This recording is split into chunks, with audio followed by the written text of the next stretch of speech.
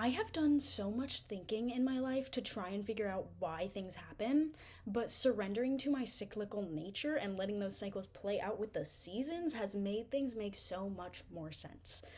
It's a very human question to ask why. In fact, I don't think we would be here evolutionary wise. Like, we wouldn't have all this technology. Like, everything wouldn't be going on all the time if we hadn't had this urge to be like, yo, what's up with this? Like, why are we here? What is going on? So it's a very valid question to ask.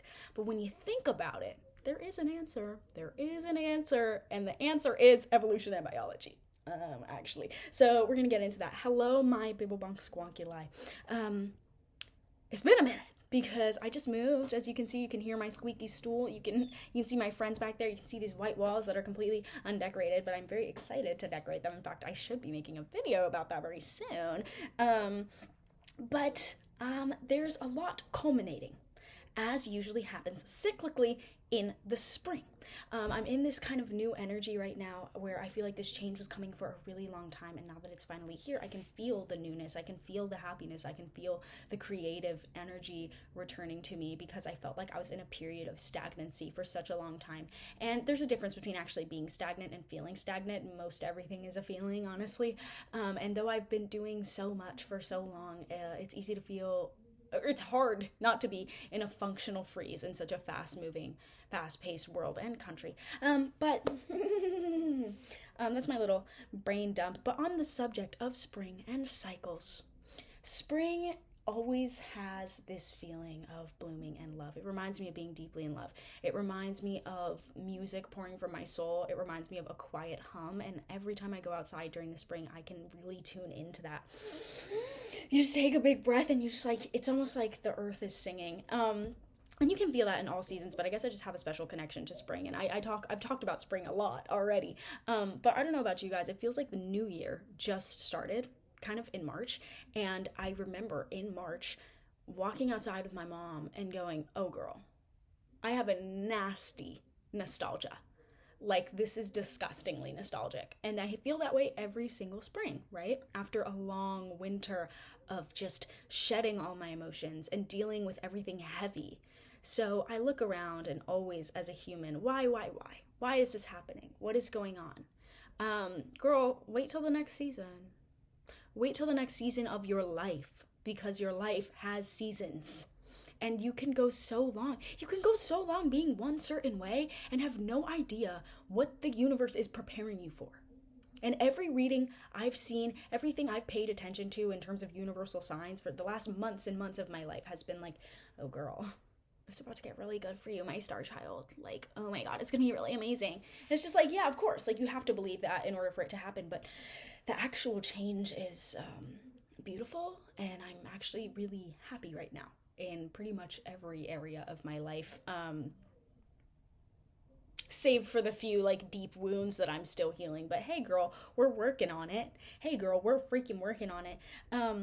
But when you look at the world and how she is blooming and dying every single year, and you look within and you go, oh, I'm actually an animal. I'm a product of the earth. I'm a product of my biology. And I'm not saying like, oh, just be like, it's just my biology. Like, I just have to do this. I have to do this. Don't use it as a scapegoat to give into your hedonistic tendencies, because everything that's been given to us and man-made on this earth for us to give into those tendencies, it's man-made. It's fake. But also it's like, what is this? Like, energy cannot be created nor destroyed. So what are we even doing? But also a human made that concept up. What is going on? Well, a human named that concept. See, there's so much. And this is why. Why? Because why? Why is all this happening? Because we asked why. And what the heck is even freaking going on? You know what I mean? So you look outside, and I go outside so much more now because my backyard is much more easily accessible. So I go outside and I breathe and I go, oh, okay. So the birds do that, and they know that they're doing that. And the ground does this, and the ground never questions, why am I doing this? And it's all the most beautiful thing I've ever seen. So maybe your life being the most beautiful you've ever felt or seen just lies in you letting yourself be and surrendering to the cycles, negative and positive. Yeah, the leaves fall off and then they grow back. What? The rain? After rain, there's always a rainbow. But this is what love and loss teaches you. The earth envelops you in love, and it also envelops you in loss. And you kind of just have to, you're growing the whole time. Things are developing the whole freaking time. Spring allergies remind me of my fear of good. Every time it's spring, my favorite season, good things start happening, positivity, abundance is flowing into my life, and my nose is stuffed, and my eyes are itchy, and I'm freaking out all the time. It's just like my nose is a river, and I'm just like, damn, what? And it literally reminds me of when these good things start to happen, I am scared because how is this going to be ripped from me? That is the number one human cynical, like, life questioning question of all time. Is like, we almost don't want to accept when good things happen to us because our first question when gifted something is, oh God, how is this gonna end? My first question when I fall deeply in love is, oh, how is this gonna end? How is this going to hurt me? How is losing this going to shape me? But how is having it shaping you? Like, why are we not paying attention to that first? We are so scared of losing. You're gonna lose no matter what. Everything is temporary. Everything is temporary, including the body that you exist in. And one day your energy will go right back home and you will decompose. And that's not something to fear. When you hold rigidly to something, anything, people, things, money, you are restricting the blood flow of your own life energy. And I think I'm going over a lot of concepts that are discussed in the book, The 7 Spiritual Laws of Success by Deepak Chopra. And I love that book. Every time I feel like I'm falling off my game, I listen to that book and I become completely grounded once again. But with abundance, with anything, when we, everything is fleeting. And that is not a reason to give up. That is a reason to fully enjoy this temporary experience that you are having as a human, because we are not humans having occasional spiritual experiences, or we are not physical beings having occasional spiritual experiences. We are spiritual beings having occasional physical human experiences. It's another quote from that book. It's really freaking good.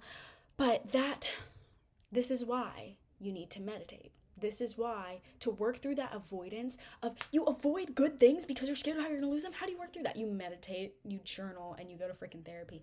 And meditation is preached, and everyone's like, oh, like, do it. I know everyone says it, but sometimes people say to do something because it's actually good for you and because it actually works. There's a lot of music on the top charts that is very bad music, and you're like, why is everyone, who's listening to this? Why is it, like, number one? Who, like, how many millions of people does it say are listening to this, right? But some music is popular because it's freaking good. And meditation is one of those things that's popular because it's good. And so when you take time, your thoughts are always trying to escape you.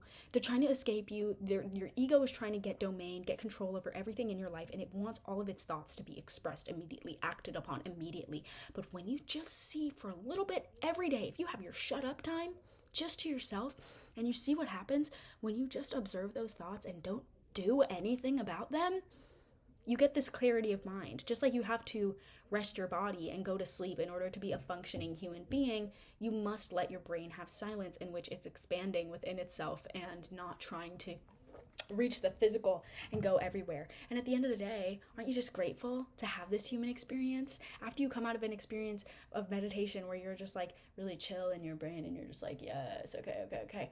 It just makes you grateful for how much emotion you're able to feel. I want to cry tears of happiness, and I want to sob tears of sadness, and I want to feel all the pain, and I want to feel all the love. And that's really the only way to look at it, because either you're going to embrace the pain and the love, or you're going to embrace neither.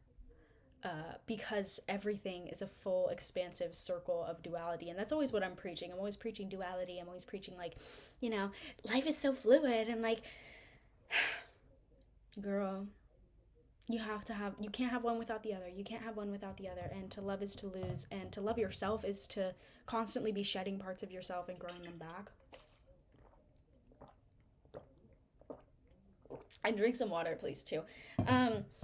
So it's hard to believe sometimes, but I don't blame you for not believing it, because, oh my God, like, let's take a second. It actually does suck to lose. It actually does suck to cry. It actually does suck to experience pain. Actually, I take that back. I love crying. It sucks when things make you cry, tears of sadness. But amongst all this, things really are working out for your highest good. And that is such a hard thing to believe. But one thing I've been saying a lot is like, I can't believe that every day for the past like 5 years of my life, or however long I've been alive, actually, like 20 years, but more specifically, the last 5 years, I've woken up every day and done my best to be the person I want to be. I've had a vision, and I am currently that person. I am currently doing what that person is doing, wanted to do. I had a meditation with myself when I was 17, and I pictured my 22-year-old self, and she talked to me about her life and what she did. I'm almost 21, and things are literally on track to be exactly like that 22-year-old self, if not already most of the things I've achieved and I'm doing. But when you set your intention and believe in yourself, and that the world will naturally carry you cyclically and through seasons without question to your destiny, bro, that's awesome. And keep your goals with you, very close to your heart. And yeah, meditate and maintain spiritual practice in order to not be rigidly attached to the outcome, because once you attach too harshly to an envisioned outcome, you miss out on maybe even better opportunities, maybe even better parts of yourself that you wanted to discover. And that's the rigid attachment is really where you kind of lose it. And it's not that you have to not care. Just know that everything is fleeting, and that again is a reason to be grateful. That is a reason to be grateful for the experience that you get to have right now. So that's just my little brain dump. I'm gonna go eat some Caesar salad. I just know it's been a while since I uploaded, and I wanted to update you guys. I will be making a video about my move-in process. I will be putting more things on the wall. I'm really excited to get it set up in here. I have my music studio. I'm excited to make more music. I'm really freaking gonna come at it hard this summer. I'm gonna what? You're gonna do what this summer? But creatively, I'm really excited to continue giving. And once I'm done with school and stuff and my little classes, I'm going to be doing a lot. I plan to release merch, drop some merch, and make more videos and up my production level or something. Or not my production level, but just like the effort that I put. Yeah, production level. Okay. I like my camera quality though. Don't even talk to me. But yeah, I'm really excited.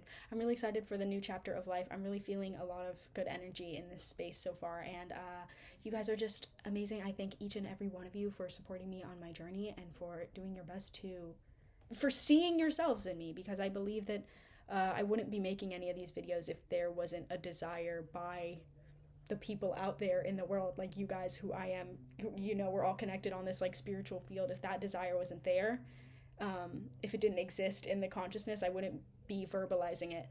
So thank you for listening to me verbalize these thoughts. And you're lit. You're awesome. I love you. And and I will be making OZ Zone soon. And yes, lots of good things going to happen. Okay, OZ out. Mwah.